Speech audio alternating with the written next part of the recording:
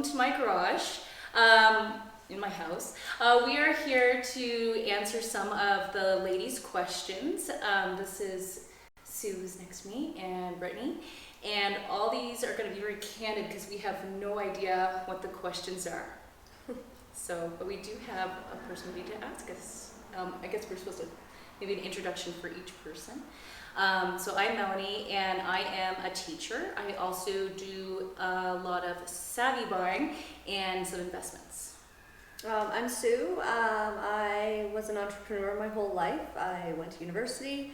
I was going to go the 9-to-5 route and then decided I wanted to do something I loved instead. And despite what people said that I was never going to make it in that industry, I just worked my butt off, and now I'm kind of semi-retired and work because I want to, not because I have to. I'm Brittany. I did the university route, still work in 9-to-5 in accounting, have been for about 10 years, but I'm also an entrepreneur as a female owning a construction company along with my husband and a business partner. So let's get started on the questions. Fire away. So, honest opinion of the main guy who hosts the YEG page. What's he like in real life? Well, no, I'm just kidding. Really? That's what we're starting with? He's fun to harass. I think we probably make fun of him a whole bunch. Absolutely. Yeah, we gotta razz him. Yeah, very entertaining. Yeah.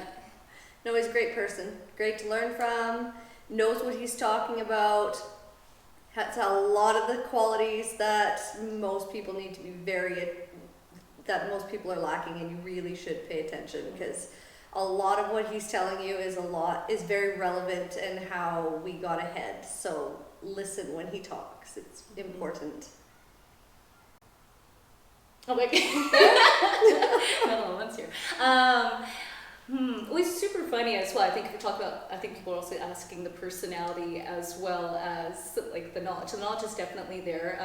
Definitely very funny, can take a joke. That's why we can definitely razz him. Fantastic chef as well. That's what I was going to say. Food. An Italian who can cook good food. Yeah. Do any of you hold cryptocurrencies? No. No, I do not. No.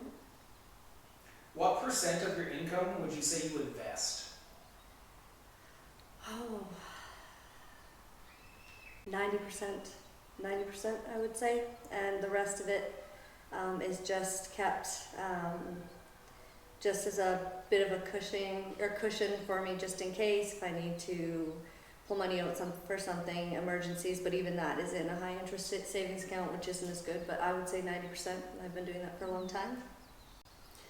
I'm learning about investing, actually. That's one of the things. I'm a firm believer in not being the smartest person in the room. So I've surrounded myself with people who I would say have what I want, and I can learn from them rather than being jealous. I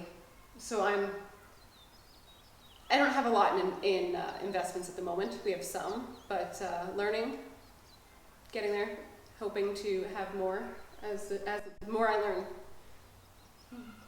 I probably have about like 75 to 80% in investments, but I feel like I view everything as investment whenever I purchase something. Yeah. So that's why it seems really like heavy-handed to answer that. I would agree. Because everything I'm like, am I losing money at this? Am I going to break even? Am I going to make money? So intentionally, probably 75 to 80% of my money is an investment, but everything is thought in that manner before purchased. Yeah, I would agree. Not necessarily putting it into, say, the stock market or whatever, just various different kinds of investments. Yeah, it's not allotted that way in specific terms. Yeah.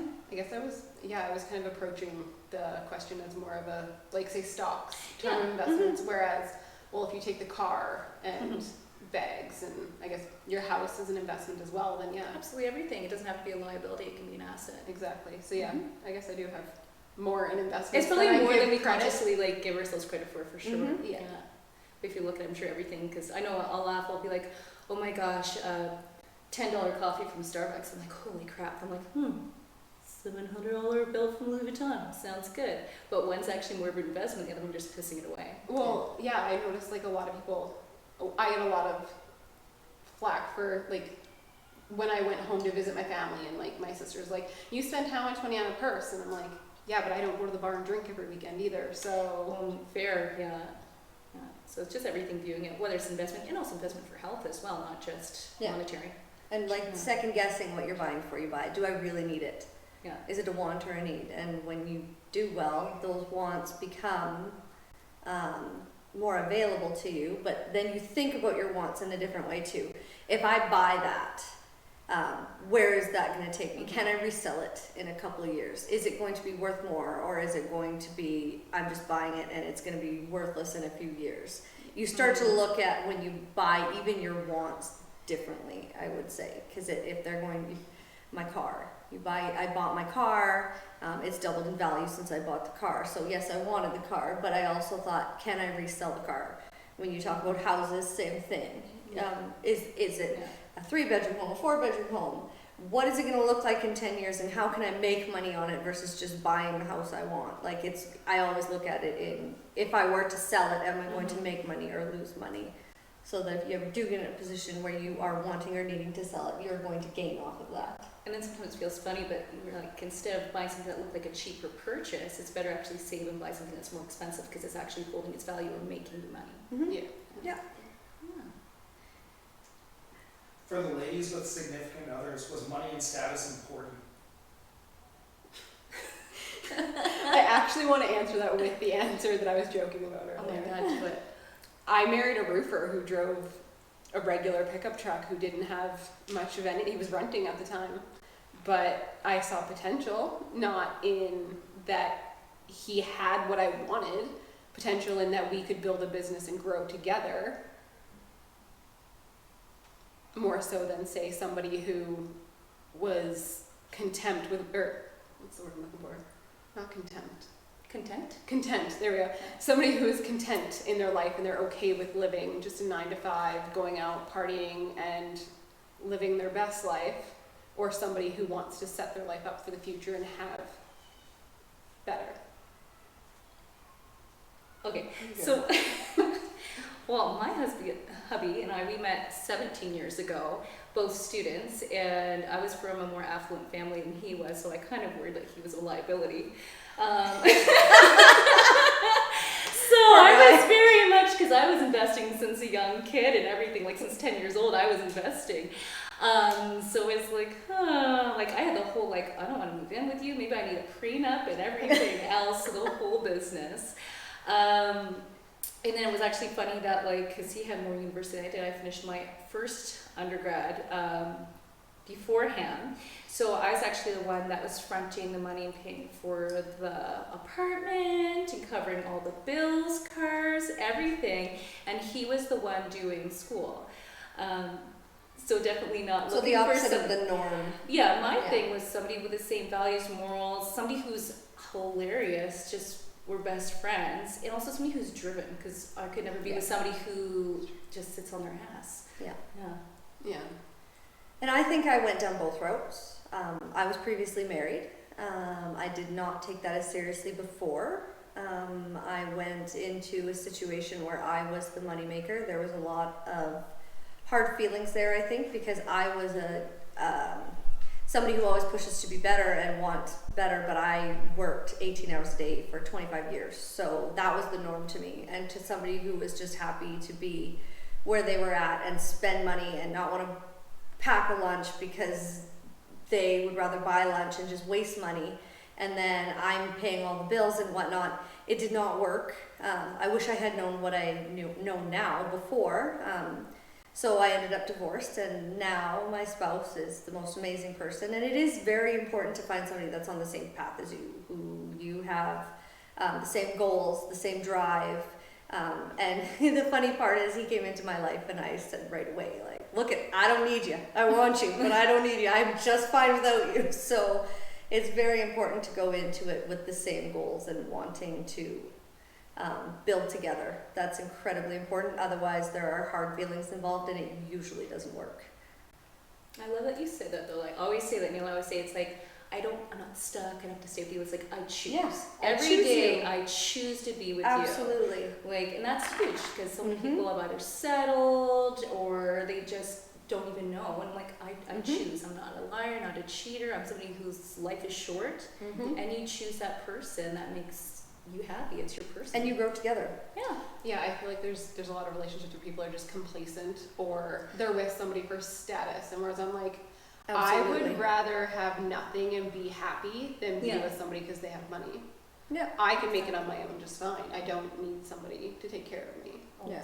And that usually doesn't end up working. No, it doesn't end up well. And I've seen people even try to stay just because of the kids, having the children and everything, but then it doesn't go well, and they're not that role model that they want to be for those children because it's teaching them unhealthy relationships. Exactly. And realistically, it, like I just said, it goes both ways. It's not 100%. just It's not just one. women that are gold digging on men. It goes the other way too. I've been a product of it. I've dealt with that. I've had hard feelings going, hey, like this is my life. You can't just spend my money and Or to come I'm make gonna my pay all life the bills. comfortable for you and, do all and this. yeah. And all what was that it for other me stuff. is, well, you make more money than me, so you should have to pay more.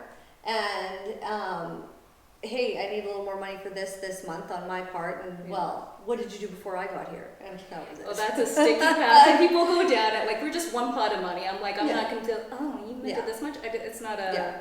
And it goes both ways. And I worked my butt off to get where I am. I was exhausted. I did night and day work. So I deserve to be where I was. And I refuse to let other people take advantage of me. Oh, as you should. You should refuse to let them take advantage of you. If a girl has money, where's the best place to get cosmetic surgery? I love how you have women who are willing to give any information you could possibly ask and you want to know about plastic surgery. Like, I'm trying to envision the reasoning why, because there could be a toxic reason for that question. And I think I want to view it in a positive way instead. Maybe there's something that's really been affecting their self-esteem and it's just hindering them from other parts of happiness for their life. So obviously anybody who's accredited, I would say, and take your time and make sure you want to do it. That's a life choice. It should be for you. It should be for you. Don't Not do it to make for somebody else happy. somebody else. It's for your own. If you need that for your own self-image, then that's your life. That's your choice. There's lots of places. I would say definitely go in Canada. I would say almost every single place is safe. Go by reviews. Go by friends. That way you feel comfortable and do consultations. So you also enjoy the surgeon and the follow-up. Yeah. I can't even speak to that because my process my whole life is like, if you don't like me the way I am, then there's the door. So if it was somebody else, if it was somebody else saying that, and the person says about themselves, but to I've themselves, always there's things I don't like about myself. But as I got older, I mean, I'm 40 years old. As I get older, it's like, take me as I am, or that's fine. And I'm there's things I wish I could change, but I work hard to change them. And physical things that I can't change, so be it. I haven't had any plastic surgery, so I can't help. I would just say with reviews and do your due diligence. Yeah. How do you dominate your space unapologetically while maintaining your grace? Damn. Do I dominate? I try to approach things with kindness and humor, and it's not in this aggressive, toxic way where I'm like, oh, I'm gonna dominate you or something like that. No, it's the, hey, I'm gonna actually collaborate and work with other people and be positive, and that's authentic in myself. So that's just a natural state of being. I've always been in my career a leader. That's just where I was and what I did for a living, and I approach things in a very professional way. I choose the words I use carefully or write down, and I am a very confident person. I'm a type A personality. I've never had an issue with that. My biggest issue was toning things down, but you have to just never ever lower yourself to a level where you are getting so aggravated that you become somebody you don't want to be, or you will regret becoming later. So I approach things in a very professional way. I choose my words carefully, and I try to, if the conversation is not working for me, I honestly say, let's agree to disagree and come up with something that'll work, that we both The a win-win. common ground. Yeah. I don't, it's not worth my time arguing with people who I can't who aren't going to see mine. And I try to take other people's point of views into account, and that comes with time. I mean, it's hard to take other people's views into account when you think and you know you're right. But sometimes you have to listen to other people regardless and just find that common ground. Yeah, and you have to actually think about their ideas being valid and everything, Yeah. and go with that, because And why all the they minus think is that way. both sides, not just yeah. The grace part I can't help you with. There is none. We love you anyway. Very alpha female, very dominant female. Not on purpose, it's just how I am. I live like a bitch from across the room. I don't know if I can say that word, sorry. I get that a lot, and it might be true. I can't help how my face looks. But I approach things with caution. I don't take people at their word immediately. I'm more cautious with people. I take my time and get to know people a little better before trusting, but that's just me. I think the reason we get along so well is because we are both very alpha female, and we just get where each other comes from.